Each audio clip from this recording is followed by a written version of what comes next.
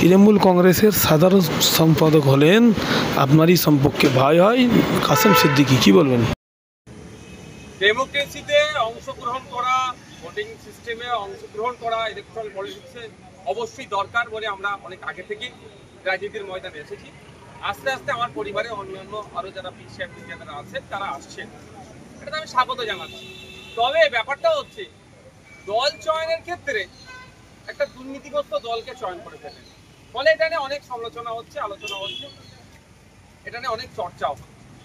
এতটুকু বলবো যে যে দলটাতে উনি নাম লিখালেন সেটা একটা দুর্নীতিগ্রস্ত দল, যেই দলের অপদার্থতার জন্য, যেই দলের ব্যর্থতার জন্য, নোংরামির জন্য, চুরির জন্য যে 26,000 চাকরি বাতিল হয়েছে, তার মধ্যে অনেক যোগ্য আছে, আজকে যোগ্যগুলো রাস্তায় বসে। যেই দলের জন্যই আনিসকে খুন হতে হলো, যেই দলের সর্বোচ্চ নেত্রী বলেন যে ওয়াকফ নিয়ে আন্দোলন করতে গেলে দিল্লিতে গিয়ে আন্দোলন করতে হবে, সেরকম একটি দলের নাম লিখানোর জন্য উনি একটু সমালোচিত হচ্ছে। প্রকাশ করছেন খুব ক্যানিংয়ের বিধায়ক শওকত মোল্লা, তিনি বলছেন যে কাসেম সিদ্দিকী কখন কি বলেন, কদিনের বেশি বিভিন্ন করেছেন এবং এদের মনে হয় খুব বেশি রুজি রোজগার তাই আমার থেকে গুটি কয়েক তৃণমূলের কিছু বিধায়ক নেতারা আছে, সৌজন্যতার সম্পর্ক আমরা রাখি, আপনি জানেন, আপনারা জানেন ভালো করে। সেই ক্ষেত্রে মাঝে মধ্যে ফোনে হাই হ্যালো হয়। গতকালকে আমাকে এইরকম বেশ কয়েকজন ফোন করে তারা ক্ষোভের সাথেই বলছিলেন যে আমরা এতদিন দল করছি, এত স্যাক্রিফাইস করছি, হঠাৎ করে কেউ আসলো তাকে দলের এত বড় পদে বসিয়ে দিল, এটা কি গণতন্ত্র? আমি তাকে উল্টে জিজ্ঞাসা করেছিলাম একটা কথা, তারাই কথা বলে রাখি। শওকত মোল্লা সাহেবও খুব প্রকাশ করছে যে শওকত মোল্লা সাহেব বড় পদ পাওয়ার জন্য ক্যানিংয়ের নিরীহ মানুষের উপর অত্যাচার শুধু নয়, ভাঙড়ের মানুষের উপর অত্যাচার, মিথ্যা কেস এবং আমাকে ক্রমাগত ভাষাগত আক্রমণ করে যাচ্ছে, সেও পদ পেল না। তবে গতকালকে যখন তৃণমূলের কয়েকজন নেতা আমাকে ফোন করেছিলেন, আমি তাদেরকে জিজ্ঞাসা করলাম, দাদা আপনাদের দলের জেনারেল সেক্রেটারি কতজন? তিনি আমাকে অকপটে উত্তর দিলেন, দাদা এটা আমার পক্ষে বলা সম্ভব নয়, কারণ কখন কাকে বসিয়ে দেয় বোঝা মুশকিল। তারপর অনেক ভাবনা চিন্তা করে দেখলাম এই প্রশ্নটা যদি মমতা ব্যানার্জিকে করি, এই প্রশ্নটা যদি সুব্রত বক্সী মহাশয়কে করি যে স্যার আপনাদের দলের মোট জেনারেল সেক্রেটারির সংখ্যা কত, উনি আমার মনে হয় 5 মিনিট মাথা চুলকাবে, তারপরে হয়তো এক্সাক্ট সংখ্যাটাও বলতে পারবেন না। মানে যাকে মনে হয় সকাল সন্ধ্যে ধরে বসিয়ে দেয়, একটা পোস্ট বাকি সব ল্যাম্প পোস্ট। শওকত মোল্লা সাহেবের এখন অস্থিরতা বাড়বে, কারণ যে কাসেম ভাই সাহেবের সম্পর্কে, ভাইজান সম্পর্কে শওকত মোল্লা এতদিন আক্রমণ করেছে, বাই ডিফল্ট ডেজিগনেশন অনুযায়ী কাসেম ভাইজান শওকত মোল্লার অনেক ওপরে বসছে, কাসেম ভাইজানকে এখন ভাইজান সম্বোধন করতে হবে, ফলে ওনার একটু ফাটবেই।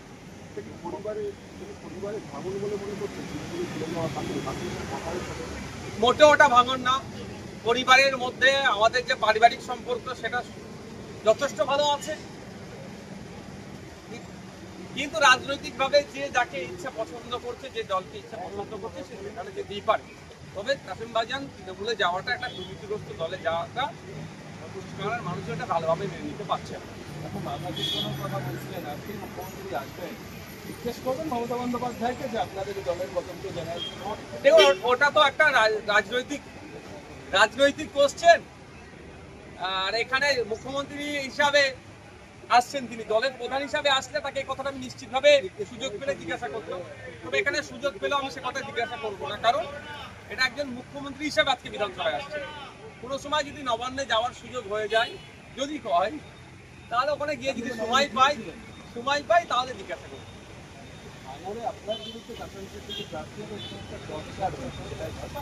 আমি চাইছি আমার বিরুদ্ধে মুখ্যমন্ত্রী প্রার্থী হোক ভাঙড়ে, আমি এটা চাই, আমি অন্য কাউকে চাইছি না।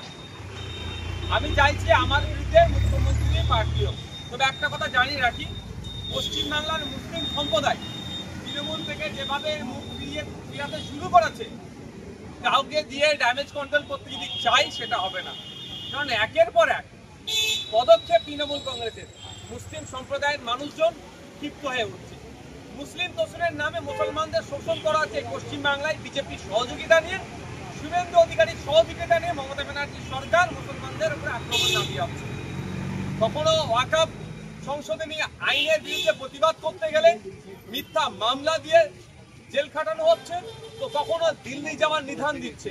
ফলে পশ্চিমবাংলার মুসলমানরা তৃণমূল কংগ্রেসের কাছ থেকে মুখ ফিরিয়ে নিচ্ছে। কাউকে নিয়ে এসে যদি মনে করে এই ভাঙাবাদ জোড়া লাগাবার চেষ্টা হচ্ছে, সেটা বৃথা হবে।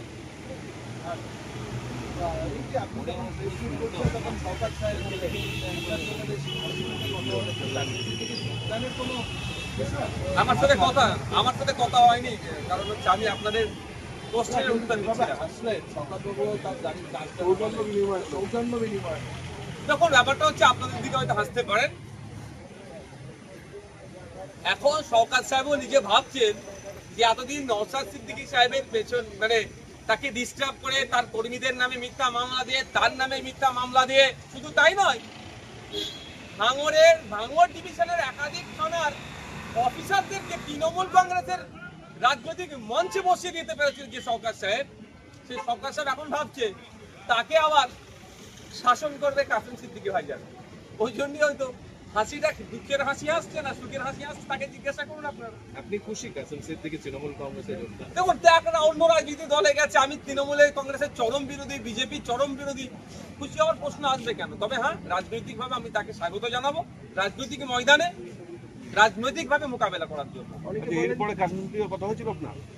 না, আমার হয়ে ফুরফুরা শরীফের পীরজাদারা রাজনীতি আসছে, এটা কি খুব ভালো সংকেত নাকি অন্য কোনো সংকেত? অসুবিধা কোথায়?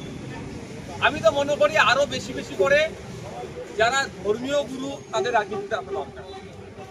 রাজনীতিকে বাইরে থেকে কন্ট্রোল করার থেকেও সরাসরি রাজনীতিতে আসে। বাইরে থেকে কন্ট্রোল করলেই বেশি নোংরামি হয়। সে যখন কাউকে পদ্মশ্রী প্রাইজ দিয়ে নিয়ে যে চর্চা হয়েছিল, এইগুলো যেমন চর্চা হচ্ছে, এটা থেকে সরাসরি রাজনীতি করে। বাইরে থেকে কাকে ইঙ্গিত করছেন? দশের দিকে আহ্বান জানাবেন রাজনীতিতে আসার? আমি সকলকে আহ্বান জানাবো।